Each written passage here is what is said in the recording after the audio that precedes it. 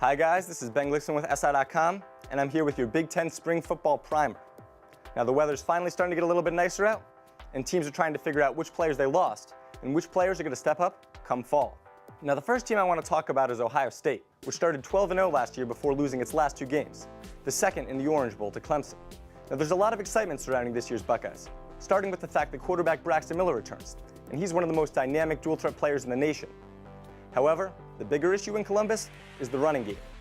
Tailback Carlos Hyde, who was the best running back in the league after being suspended for the first 3 games last season, is gone, as are 4 offensive linemen, a few of whom were All-Americans.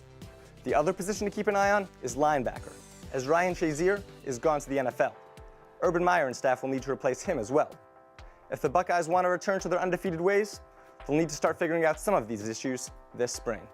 The next team I want to talk about is Penn State, as Bill O'Brien has gone to the Houston Texans, and James Franklin is the new man at the helm. In Happy Valley, however, there is a sense of stability. Quarterback Christian Hackenberg, who started as a true freshman, returns for his sophomore year in 2014. The big question for the Nittany Lions is who he's going to throw to. Wide receiver Allen Robinson was his top target last year, and now he's gone to the NFL drafts. One position group that might be able to step up?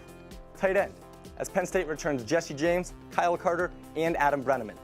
Look for some of those players to become key red zone targets moving forward. Finally, let's take a look at Michigan State, which loses 6 defensive starters from last year's team.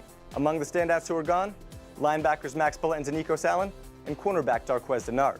But keep in mind, defensive coordinator Pat Narduzzi has been through this before, and the Spartans have had one of the top defenses in the nation in each of the past few seasons. Don't be surprised if Sparty, which has Rich Homie Quan on its side, turns things around again in 2014. Each offseason brings a lot of questions, but starting this spring, we'll start to find out a few of the major answers in the Big Ten. For SI.com, I'm Ben Glicksman.